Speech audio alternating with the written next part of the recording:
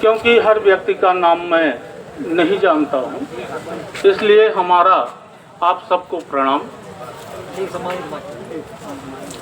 और हमारे यहाँ पे सभी सम्मानित जो किसान भाई आए हैं, हम सिर्फ इतनी बात बोलना चाहते हैं कि ये महिला चली जाती थी। किसानों की जो समस्या पैदा हुई है, ये जानबूझकर पैदा की गई।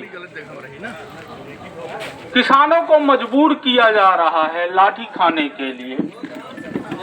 कल मैं एक वीडियो आया था जो देख रहा था, लोग इतिहास की बात करते हैं, वही इतिहास दोहराया जा रहा है।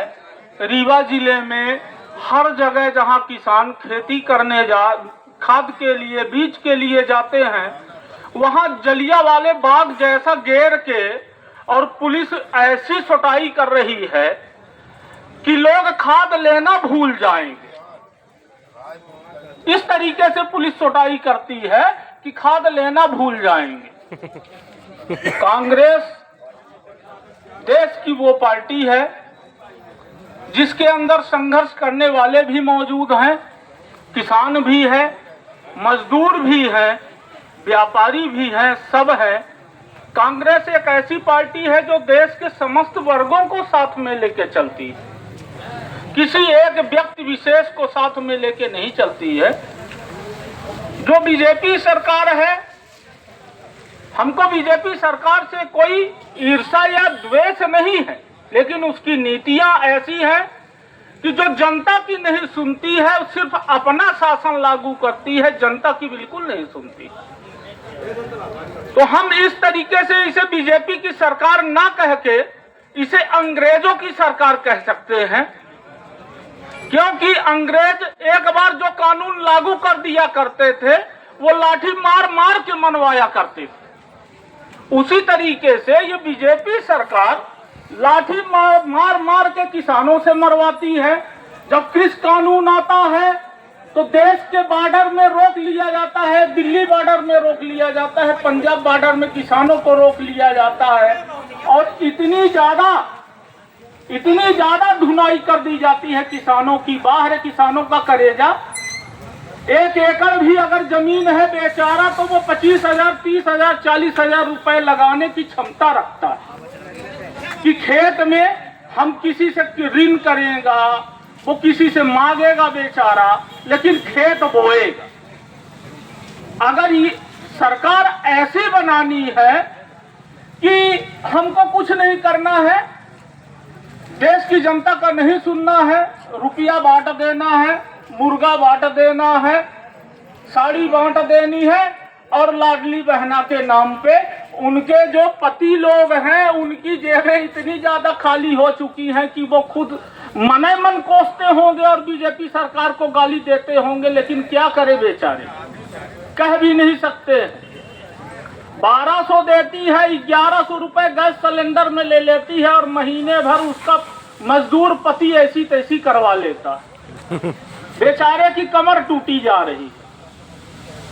कहते थे जीएसटी केवल एक ऐसा लागू होगा कि जिसमें जीएसटी में केवल एक बार टैक्स दिया जाएगा।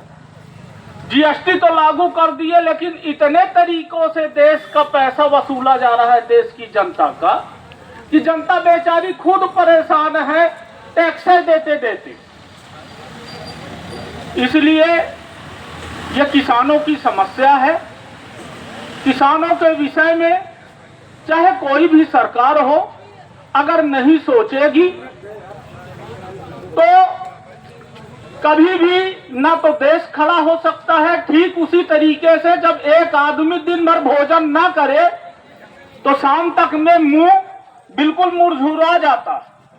तो अगर एक किसान केवल अपने परिवार भर को खाना पैदा करने के लिए, मतलब साल भर का लिमिट बना ले कि हम अपने परिवार भर के लिए भोजन पैदा करेंगे, अन्न पैदा करेंगे, तो चाहे कोई भी सरकार हो, कोई भी व्यापारी हो, जल्द से जल्द ठीक हो जाएगा।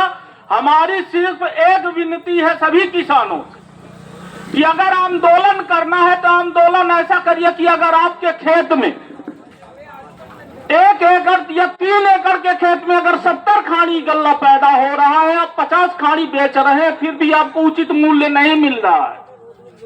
आप भी मजदूरी कर सकते हैं, आप भी मेहनत कर सकते हैं। 3 एकड़ के खेत में 27 खाड़ी गेहूं उगाइए, जो जिसमें कि आपका केवल परिवार भर चले।